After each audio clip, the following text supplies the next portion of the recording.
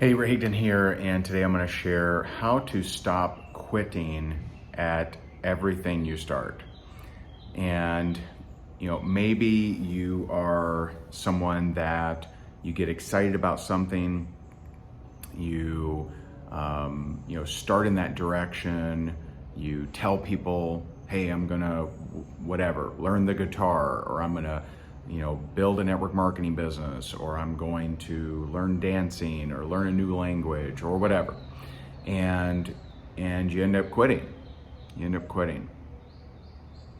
So there's a few components, three in particular. There are three components that I've identified that will help you prevent yourself from quitting, okay? The two are fairly straightforward. The third is the hidden one. The third has to do with the subconscious, and it often has to do with past traumatic events or trauma. And so let's dive in. First, let's cover the first two. All right. So you start down a path, and you have a history of quitting things, right? So there's two things. Number one, what happens if you quit? So when you have that feeling of, oh, I'm going to stop doing that, or no thanks, I'm not really fired up anymore, ask yourself, well, what happens if I quit? And one of the ramifications of quitting things that you've told yourself and others that you're going to do is you lose a little bit of integrity with yourself. Now, you could argue, do you lose integrity with others? I say yes, but there's no question, you lose integrity with yourself. And the problem with that is, if you no longer believe you, how will others believe you? And so this is kind of a self-perpetuating thing of, if I go and tell people that I'm gonna learn or do something new, and but then I quit, well, they kind of doubt me.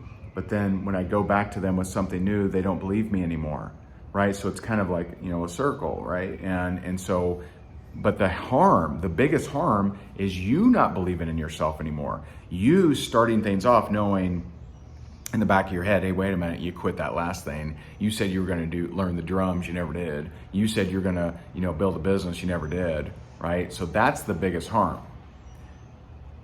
What will happen if I quit? Number two, why did you start?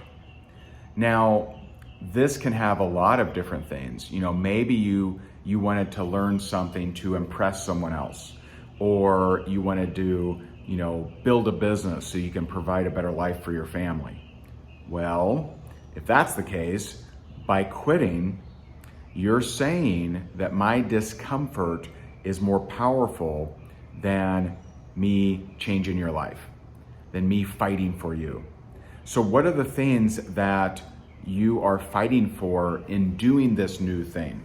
Is there anything, right? And it depends on what that is, right? If you're quitting, for example, my wife and I, we coach and train network marketers on how to make money from home and how to make money using social media. And we have different, programs and courses and books that teach this. And I know that the majority of people that start a network marketing business, they're wanting to make extra money so that they can better provide for their family.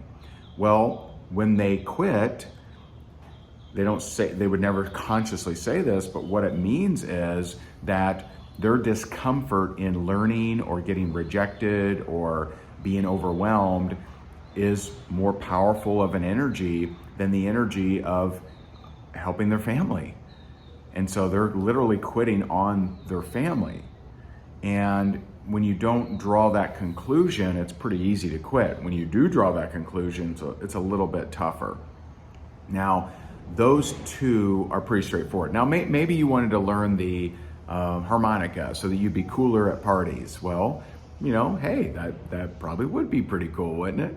And so just remember, one, what happens if I quit, right? What are the ramifications? Maybe there's not much, but there is harm to your own personal and self-integrity. Number two, why did I start this? Why was it important for me to do this? If it's not important, you're probably not going to stick with it. This comes into play with weight loss too, What is that issue? And so the third thing, which is the hidden thing, which is the subconscious. The big reason why a lot of people quit on their, business dreams, on their financial dreams, on their weight loss dreams, is they're drawing a negative, they have a negative attachment to the becoming of that thing.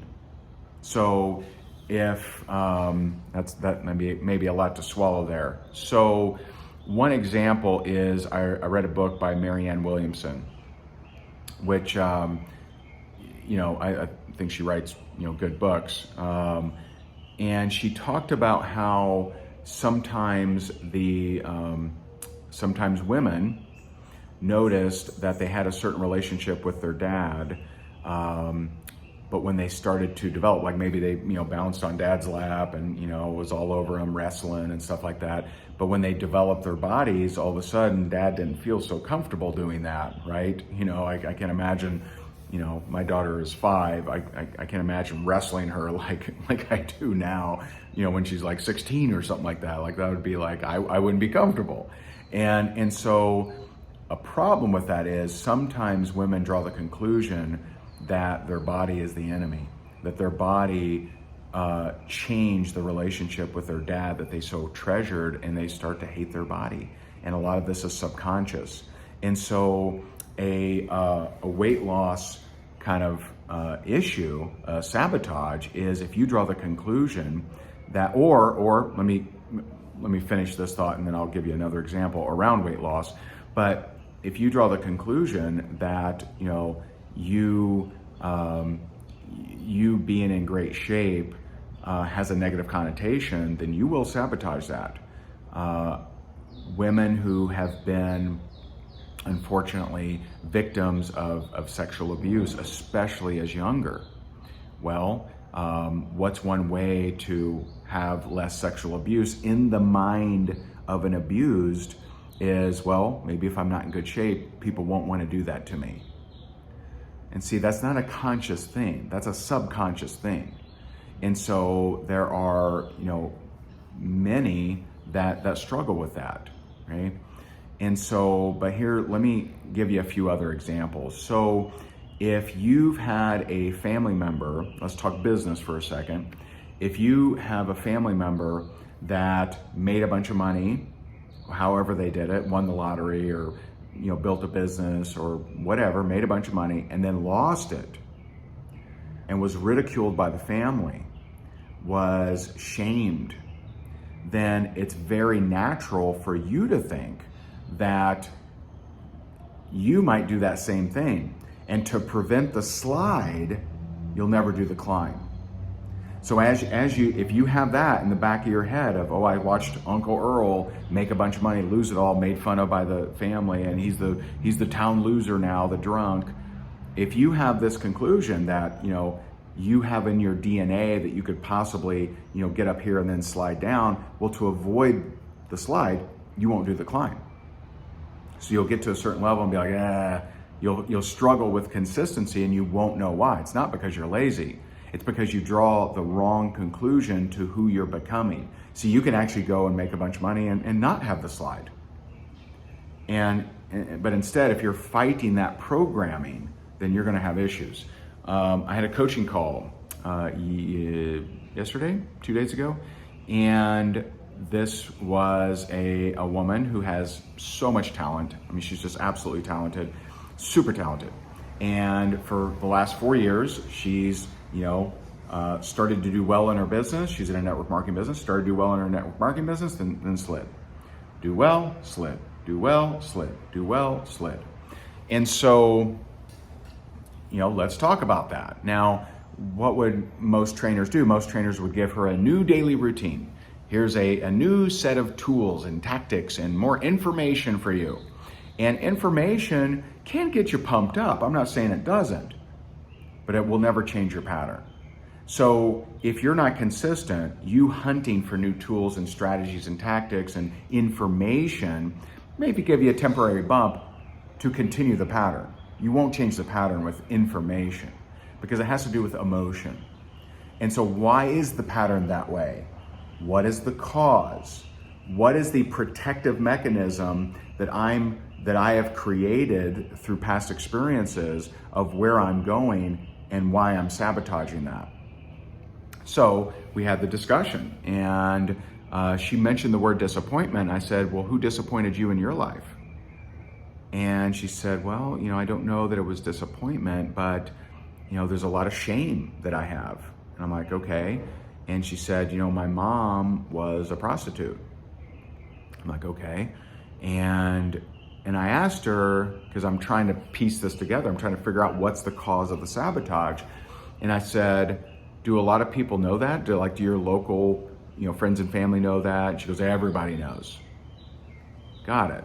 Now, she mainly markets on social media, and then she informed me that her mom was still alive. Got it. So now I know. The reason that she struggles with consistency is she draws the conclusion that if she gets to a certain height in her business, then the local yokels will chime in publicly and embarrass her mom. And she would do anything to not have that happen. She would do anything that she would even sabotage her own success. Now, this is all subconscious. This is not I'm not going to succeed because I don't want my mom to possibly be shamed. It's not a conscious decision. That's on the subconscious, okay? And so I helped her to draw a new conclusion.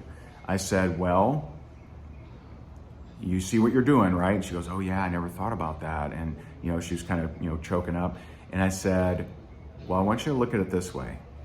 Your mom literally did everything to give you a better life. She did things she did not want to do. She did, things that, I believe, and I don't know her mom, but I believe she did those things to try to ensure that you never had to do those things, that you never had to struggle like she did. And for you to sabotage yourself because of what she did for you is a slap in the face. The best thing that you can do for your mom is create massive success, proving to her that it was worth it. And she started crying, she had a breakthrough, and I believe, although this is just happened a couple days ago, I believe she'll totally change her life. And so those are the three things that will have you quitting, that will have you sabotaging, and I hope it was helpful. If it was, subscribe to this channel, drop me a comment, let me know. And I'd love to see you in some of our future courses and trainings, and I really hope that this helps you. Thank you.